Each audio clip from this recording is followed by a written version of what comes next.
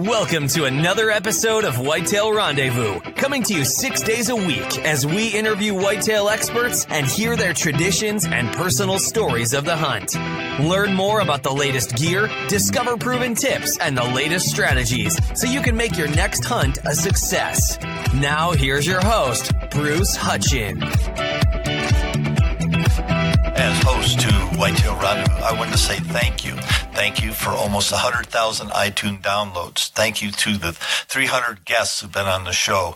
And thank you to over 30,000 followers on social media. Couldn't do this show without every single one of you. And secondly, sometimes the sound quality isn't radio quality, isn't recording room quality. It is what it is. People might be in a tree stand, a box blind. They might be sitting in their pickup truck on a hillside, or they might be traveling to and from a blind or home from work. They're all over. And because of that, sometimes the quality isn't what you would expect or would have hoped for. This is Whitetail Rendezvous Podcast, episode 306. Welcome to another episode of Whitetail Rendezvous. This is your host, and we're heading north of the border up to Evansburg, Alberta, Canada, and meeting with Calvin Buckler.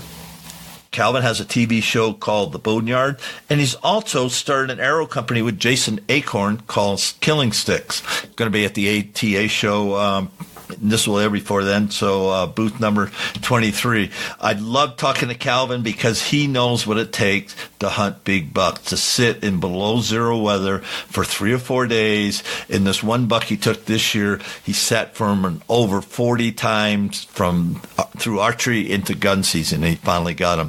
So he's going to tell you some tricks of the trade and what it takes to hunt up north. Hey, listeners, don't forget to text 33444 Food Plot for your free Food Plot ebook. Welcome to another episode of Whitetail Rendezvous. And on this freezing, snowy day, we're even going to get colder. We're heading up to Evansburg, Alberta, Canada, north of the border, and we're going to connect with Calvin Buckler. And Calvin is the president of Killing Sticks. Calvin, welcome to the show. Hello. Hey, tell me about this monster buck you sent me with your bio. Tell me the story about that. I mean, that's an impressive deer. Yeah, it was, I sat over 40 times for that deer in bow season and in rifle season. It was, it was a friend come over and we were talking, and I said I didn't have any good bucks on my trail cameras, and he pulled out his phone and showed me this picture, and I went, oh yeah, that's a good one. And he, so then I started hunting the deer because it was just coincidence that I knew the guy that owned the land beside him, so I could hunt that piece of property. It was a pea field, and I hunted him in bow season. I think I filmed him once at about 300 yards, but it was getting dark. And then I kept sitting pretty much all through November, and then November 27th, I'm sitting in the blind. It's 4 o'clock. It's an hour before it gets dark. I look out the corner of my eye, and there's the buck, right? I'd passed probably 6 bucks, 7 bucks before that. Nice ones, and here comes the buck I'm waiting for. I turn the camera, zoom in. He looks over his shoulder. He's looking back, and he starts running. And I panic, swing the camera, and he stops at the edge of the trees and runs into the trees. And here comes a German Shepherd dog chasing him. No. And I almost cried a tear. Yeah, it was horrible. So I sat there till it got dark, and then I couldn't believe it because that was the first time I'd seen that deer in the daylight, and it was perfect light, like 10 after 4. It was beautiful light. But anyway, I went back the next night. The wind was right, and he stayed in the trees. I didn't know if he was going to come across the road again because I knew he was coming from across the road into that pea field. And he came back out just walking across, and I took my shot, and the rest is history. My biggest buck to date, he grossed 175 and 5/8, so he's a beauty. Got a lot of mass, and folks, when you listen to the show, you'll be able to see it. Just go to my website, and it'll be in the show notes.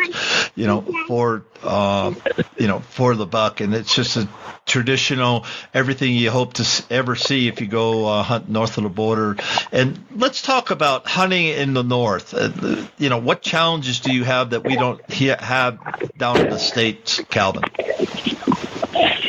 Well, I haven't hunted the States. Like, I just, see it on TV, and like I guess that in 2013, that winter kill it really knocked the deer population down. And so, like, my problem here, like bow hunting, is it's such, I'm hunting big areas. So, like, I'll put out 20 trail cameras in July to try and find a couple deer I want to hunt. And then usually those big deer are nocturnal, so it's really, like, difficult to get on them. But it's just, and then the cold in November is the next thing. Like, the cold temperatures can make it really difficult to sit for a deer in a tree stand, when the wind's blowing and it's minus 20, and you get cold. So how do people do that? I mean, I know they bow hunt. The rut's when? Latter part of October, early November up there? Yeah, early November. Yeah, it's I watched I seen a doe actually a buck mount a doe, and then another buck chased him off and mounted her, again. And I'm like, holy cow! First time I've ever seen that, and that was November 11th. So that was that was pretty much full rut then. And what's the typical temperature? I know I talked to one guy who went north of the border, and his hunt, he said it was extremely warm in October. So typically November rut weather, what are we looking at? It can be from anywhere from -5 to -30. -10 is the average. And that's Celsius. Yeah, that's Celsius. Okay. So it's cold. Yeah, you have so 0 Fahrenheit would be, I think, is -20. Yes. I believe. So when you think, how do you guys sit in a tree stand when it's 0 and the wind's blowing? Well, you don't usually. I don't. Anyway, that's why I switched. I gave up and went to the rifle, because I've been a rifle hunter my whole life. Bow hunting, I've been bow hunting for 7 years, I own an arrow company now, so I should be trying to get him with a bow, but it was just, I tried and I didn't get it done, and then I have a limited time, so I went out with a rifle and got it done. So. What kind of blind were you sitting in when you shot the deer? Just a regular pop-up, but I had a heater in there, like a propane tank with a little buddy heater on top, or whatever they're called. Uh-huh. And then I would, shut that off about half an hour before last light. And, that's how otherwise, I've done it. I've sat in a blind, in -30 with no heater, and you get cold. So, especially if you have to walk in through the snow or something and you get sweated up, it's pretty terrible, but... Yeah. But that's why the deer have bigger. Go ahead. No, go ahead. Well, that's why I know the deer in up north have bigger bodies, because they need the bigger body mass to be able to survive, right? Mm-hmm. To keep the body heat. It's the same as even the moose here, like in central Alberta. I'm in central Alberta, and you go 2 hours north, like to Swan Hills, and the moose are bigger bodied, because there's more snow and it's colder, like it stays colder for longer, and the smaller moose just won't last as long, and the wolves will get them easier too, right, if they're smaller. So that's why, I look at a deer in Texas, to me it's like a German Shepherd dog, the body with this giant rack, whereas the deer I killed, it'd be 250 pounds for sure, so. Yeah, and I hear they go over 300 pounds regularly. Yeah, there's some, like the one I arrowed last year was just a giant body. Like his rack wasn't that spectacular. He's still a really nice deer, old buck, but just a giant body on that deer. Like, holy, yeah, he was huge. So, big deer.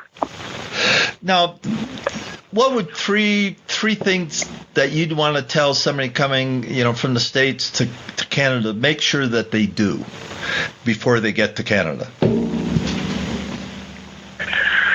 Well, if you're hunting with an outfitter, make sure you have references, so you know that you're going to a place where they know what they're doing. Like and they have a good success rate, and you talk to someone who's been there, so you know it's not a gong show. And then obviously you have warm clothing, and make sure they have heaters in the blind, because usually for a whitetail you have to sit. That's just the way it is. Sometimes they'll drive you around, but most times you're sitting, and then have real warm clothes. And then depending on what time of year, you can rattle. That works really well, like early season November, to get them to come in. But, the food source is the best, like that late season. I knew that pea field was like golden, because there was just does all over it, and because there was 10 acres of peas he didn't get picked up, and they were just all over that. So that was my lucky charm. Well, you had a food plot. I mean, you had a standing food plot. Yeah, basically, yeah. Now, what are the regs for food plots up in Canada? Well, it wasn't. You can't have them. This was a farmer that didn't get his peas off the field, and then I hunted it. And so that's legal. That's legal, yeah. Like same as swath grazing, like some guys for their cattle. The one year, the one guy got that nice deer off swath grazing because, they let the cattle move through it, and then he got it on the section the cows weren't on. But yeah, they were coming into that for late season for sure, because the does are there, and then obviously the bucks are there, right? So yeah. Now, can you, Alberta, can you bait or put out alfalfa or anything? No baiting. They're worried about the chronic wasting disease, because like if you dump a big pile, then they're scared because all the deer are eating from the same pile, and Saskatchewan has problems with that, and Alberta, like eastern or southeastern Alberta, has chronic wasting disease. So that's what they're worried about, is that they're, because of saliva, they eat from the same pile, and then they can pass it on a lot quicker. So where did your hunting tradition start off? I mean, you've been up in Canada your whole life, so tell us about how the hunting tradition came to be. I think I just was a hunter from when I was born.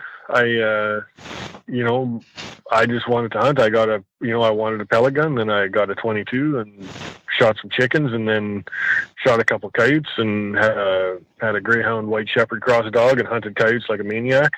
That's when you're single and can do whatever you want, and you're a kid, right? You got all kinds of time. And then just big game. I mean, the whitetails for me were just, you see a whitetail with a big rack, it's just something it's a real rush, and that's what I like to hunt, is whitetails. I'll hunt anything, but the whitetails are my favorite thing to hunt. So what's their mystique for you? I think they're so spooky and hard to hunt.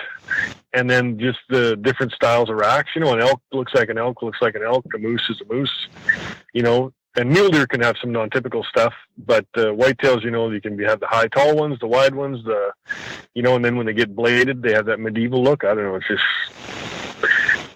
just for me, that's, I can stare at a whitetail rack, and it's just a big achievement. Like when I arrowed that deer last year, it was like and it was a mature buck. That was a big achievement for me. Like, and to self-film it, it was perfect. He come down the tree line, I waited him out and burped him, and perfect shot. He ran 80 yards and fell over, and it was a good one. I got lucky, just like this year. So. Well, you knew he was there. If you take a look at the hunt this year, the guy said, "Hey, here's some pictures, and oh, by the way, you can hunt the land." I mean, that's kind of golden. Yeah. I was lucky. I go ahead. No, it was super lucky to have the guy come and show me that picture, because he's not a hunter. Like, his wife bought him a trail camera, and he put it out and then got these pictures, right? And then he shows me. It was super lucky. Yeah. Holy fright. Before you said you put out some 20 trail cameras during the summer months. Now, how do you decide where you're going to put them, and how do you build your hit list off them? Well, I always go field edges, like that's, or fence lines, where they follow the field edge. The deer they always take the easiest route. And then I have my whitetail hotspots because, I've been hunting here for, whatever it is, since I was 16 years old, so 30 years around here. So I have certain spots I hunt for whitetails where it's really good, along the one river, and a couple other spots. So I know there's always deer in there. It's just whether there's a big one or not is the question. And then you can feed them, before. You can't hunt over the bait, but you can, and that obviously dump little oats out, and they'll come to the oats, and then you get a picture, right? So that's how I do it. So on any summer, I'm going to call it inventory, how many buck pictures do you typically get? This year I probably had 30 different bucks, and there was probably 5 I would have taken, that I thought were mature. There was one old 4-point, he wouldn't score very well, but he broke his main beam off last year, but I didn't get a shot at him anyway, but I would take him. He's a real nice old deer and a good one to take, but yeah, he's smart. Yes, they are. Now, what about predation up in north of the border, up in Alberta? There's lots of cougars now. That seems like there's more and more cougars. Like the mule deer just took a pounding from the cougars around here, is my guess, because before there'd be 60 mule deer in the one field where, you couldn't hunt. There was probably a 2 miles stretch of road where you couldn't hunt, and the muleys are always in there. And now you'll see 2, 5, 3, where there would be 60.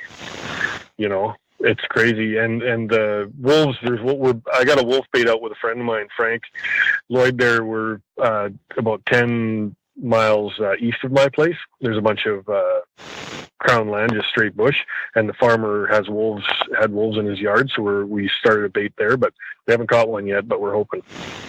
Now, can you actually hunt them with rifles?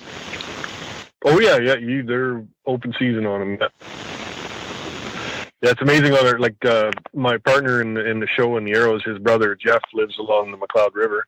That's about an hour east of me or whatever. So, and he was hunting whitetails, and a pack of wolves come out, and we're hunting the whitetails too. And he said the female was jumping up on the bales and looking for the deer. So they got within range. He shot her off a bale, and then the big male stopped on the tree line. He shot him too. Jeff's a good shot, and I posted those pictures on our Facebook page, and the anti-hunters are just insane. Like they're endangered and they're blah blah blah, and it's like, no, they're not. They're poisoning. Like the Fish and Wildlife poisoned, I think 150 last year up by Hinton. That's north of me there, and then they shot I don't know how many out of helicopters. So they're terrible. They're killers. Those are the ones from Hinton went to Yellowstone National Park. So, and I'm sorry that they took them there. So. Yeah. In Colorado, we don't have any wolves, but there are wolves in Colorado. So, if you could keep wolves in Rocky Mountain National Park, and keep wolves in Yellowstone Park, and let the whole system just work itself out. But as soon as they leave the park, then we got lots and lots and lots of problems. We really do. And like it or not, wolves aren't endangered, and no, not at all. And I love hearing wolves howl. I mean, it's one of those. It's just like, to me, hearing an elk bugle, in the frosty morning, and hearing a wolf howl at night. It's what I want. That's wilderness. I have no problem with that. But when they start, indiscriminately killing, and when the packs are learning how to kill, and they just rip the throats out of, or the stomachs out of cattle and sheep, blah, blah, blah, not so much. And if you don't like it, listeners, don't even bother, saying anything, because it's my show, and that's how I feel about it. Well, I think the only, people say, where the one farmer says you should go hunt with a stick and a knife, and I said, you should plow your 10,000 acres with a horse and plow. They use technology to their advantage, and so do we. Yeah. And the difference between us and a wolf is, if I gut shoot a deer and it falls over 100 yards away, I'm going to walk over there and shoot it again. and put it out of its misery, a wolf will just tear its guts out and keep eating it. Yep. You know, and they're alive. You know, they're a wild animal. Yeah, they don't have compassion or any sense of feeling. I'm eating, you know, and same thing as they say they're a natural predator. Well, so am I. You know, maybe I have a high-powered rifle, but still, I'm a predator. You know, get over it. You know, it's like, you know, I consider myself a predator. That's what I am. You know, so and part of the food chain. So, you know, but people, you can't. I don't know. It's like arguing over Trump. You know, it's either you love him or you hate him, and you can't. It's not even worth talking about. Yeah, unfortunately, there's no middle ground because the weight of evidence about predation, not only to the wildlife but to economic impact it has, is a problem, and the states do the best they can and sort it out. Yeah. So let's switch it up, and you got a new arrow company, and you're going to be at ATA booth number 223. That's a good cartridge too. And yeah, it is actually. That's a good cartridge. So you're going to be at ATA and rolling out Killing Stick. So let's talk about Calvin and Jason and then their new company. Yeah, we started it because we have a hunting show called the Boneyard, 4 seasons, and we've, begged for sponsorship and, and we do have some good sponsors, Loopold, and Rocky and, Cam Clark Ford has been good to us, but, still it ain't paying the bills. So we decided, we started with trail cameras and we still have those going. And then we went to arrows. Because we actually went to the ATA show 4 years ago, and I seen all these arrow companies, with bare shafts, and then we thought, geez, we should just start our own, because Canada doesn't have an arrow company, so we're the only Canadian arrow company, and away we went, and we just started shooting arrows and seeing which was the best. Bought a spine tester, and we went through 4 different manufacturers, and then we ended up with the one we got now. And away we went. So now we're trying to market them. So, well, tell me about the arrow. They're carbon, and what I noticed after going through these different types of arrows or different manufacturers is the spine tolerances and the weight tolerances are totally, like, if your weight tolerances, if he's getting up plus or minus 5 grains, the spine tolerances are the same. It's going to be up to 20. Whereas the guy we got, like, if you buy a shaft from me, like a tournament, a 0.315 inside diameter tournament series arrow for 3D tournament shooting, the weight is plus or minus 0.5 grains, and the spine index is like 10. So there's no deflection. Like, it's a wicked arrow, and same as the .003s on the ventilators. We have a ventilator line and a micro ventilator. The same thing. They're just, the spine tolerances and the weights were so amazingly good from this manufacturer. Like, his QA/QC is really good. Whereas, the other ones, they just couldn't compete with this guy, So we went with the best, we think is the best, arrow we could, and try to, keep the price reasonable for the hunters and the tournament archers, So why is it important that you need to have the spine and the weight it's close to the same, for all your hunting arrows, practice arrows too. Well, but hunting and tournament, it's critical. And I didn't realize that until I started weighing my arrows. I shoot a crossbow because I'm old and my shoulders are torn out. But having said that, and the guy that I was getting set up with for the year, he goes, we got to weigh these because you're going to be shooting out to 60 yards, blah, blah, blah, blah. And so we want to reduce any differences in any of these arrows. And I shoot G5s, Montags, right. And so their tolerances are right there. And so we went through all my arrows and weighed them until we found 6 that were, hundreds, thousands, not hundreds, but thousands apart, both on the shaft. So, why is that so critical that people really need to know that they have to have within X tolerance for their hunting arrows or tournament arrows? Well, because the accuracy, because it's human error is the worst, obviously the biggest problem. But then if your arrows are inconsistent, it's and that's the thing is I can't shoot the difference between a .001 and a .003. Like I can't. I'm not a good enough shot. But you get guys that are good, and they can. I'm not saying our arrows are better than anyone's, but they're definitely as good. Like I would let Levi Morgan shoot my arrows against anyone's, and they shoot nice. We got guys in New Brunswick, tournament shooters. We picked up a few pro staff guys, and they love them. And the one guy is super picky, like they all are. Those tournament guys are super picky, and some hunters are too. The thing is, if you're only shooting 20, 30 yards, it's not a huge deal. But as soon as you get out to 40, 50, 60, 70, if you're going to, I wouldn't shoot a deer that far, because they jump the string.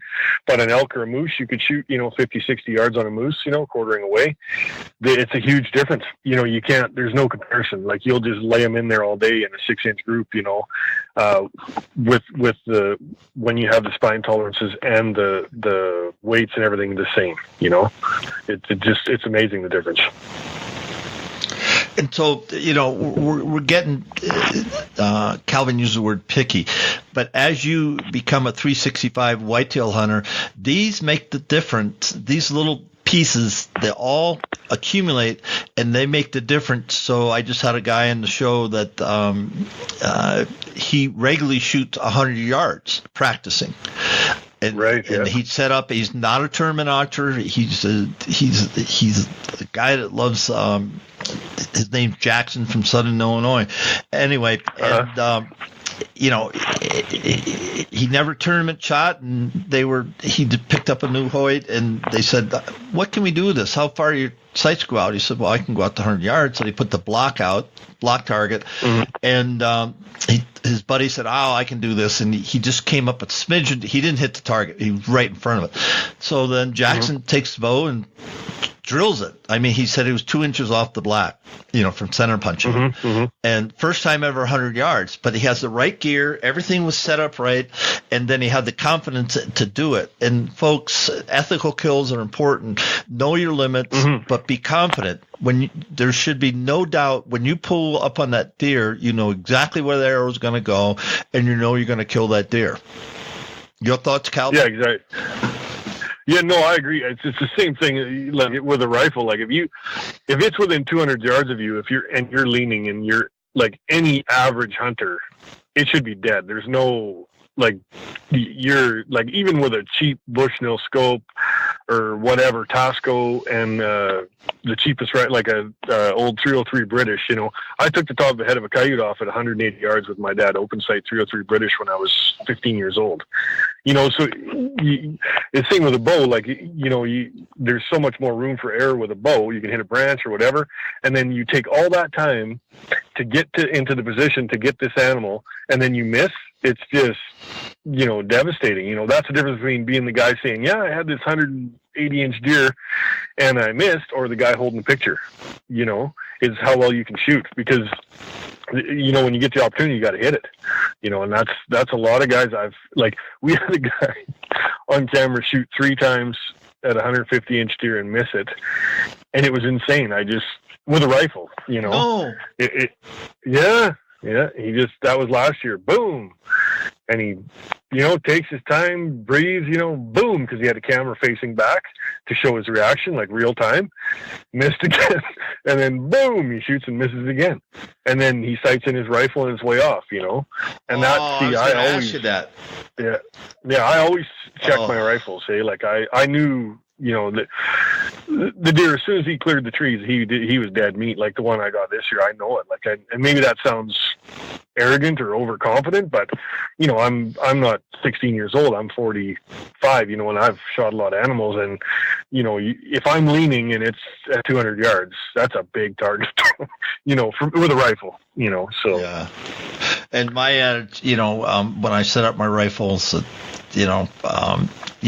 shots at 3.5 inches high, quarter group. So I take 5 shots inside a quarter from a bench. Yeah, I'm all set up, solid, rock solid. All I do is squeeze the trigger. I don't pull the trigger, squeeze the trigger. So I know that rifle is going to do everything I want out to wherever I want to shoot it, basically. But the thing is, and I unfortunately traveled, and every time I get to camp, once I get to camp, if it's nighttime, the first thing next morning, okay, let's go out, get on the bench, get on, whatever you got to shoot. I'm going to go to 100 yards, and that sucker better be 3 inches high, at 100 yards. And if it isn't, then I know something's wrong. Yeah, we went on a bear hunt in BC with hounds. It was awesome. And we chased them up a tree. And every night, Jason and I would shoot our bows. Or in the morning before we'd go, we'd shoot them morning and night, just to make sure. And that bear, it's like shooting fish in a barrel. Once that bear was in the tree, it was at 17 yards. And there was a branch. It had its front leg over a branch, and they, put the laser pointer and said, shoot him right there. And I drew back, lifted up, and I shot him, and it was just the brutalest sound you've ever heard. And he held on for the count about 3, and then he fell. And he was a 6'4" bear, like he was a big bear, 19-inch skull. And he hit the ground, bounced, twitched, and that was the end. And that's with, that was a micro though. They're a heavy arrow. There's 497 grains is what I'm shooting with a Hoyt turbo, and it just went right through him. Couldn't even find the arrow. Just destroyed him. So, and that's what you want, right? Well, yeah. That's what I'm looking. You don't want it running away. And even our guides like Big Cat Adventures, Brian and Claudette Chorney, they're super good people. They were just blown away, like that it died so quick. Like they were just like, wow, And it was, still at 17 yards, you can screw up, or I could have hit the branch or whatever, but I had confidence in myself and my equipment that it was, and then when you think it's dead usually. Like it's a lot of it's brain, your way of thinking too, right? So, yeah, that was a fun hunt. Those dogs are amazing. So. Calvin, we're at the time of the show. You get some shout outs, and then we're going to wrap the show. Okay. Our website is killinsticks.com, and our show website is theboneyardtv.com. Who else should I thank? I'd like to thank Matt Siemens for the scope and Chris Profata for the Weatherby rifle that I took that deer with this year. Thanks, guys. They're pretty cool guys, and they're big time hunters. Matt Siemens is a major hunter, and I'd like to thank my partner Jason for all his work and all the guys that hunt for me. Thanks, guys. It's appreciated packing that camera around. So on behalf of all our thousands of listeners across North America, Calvin Buckler, thank you so much for being a guest on the show. Can't wait to see you at ATA, again, booth number 223. And Merry Christmas to you and your family. Well, Merry Christmas to you. Happy New Year.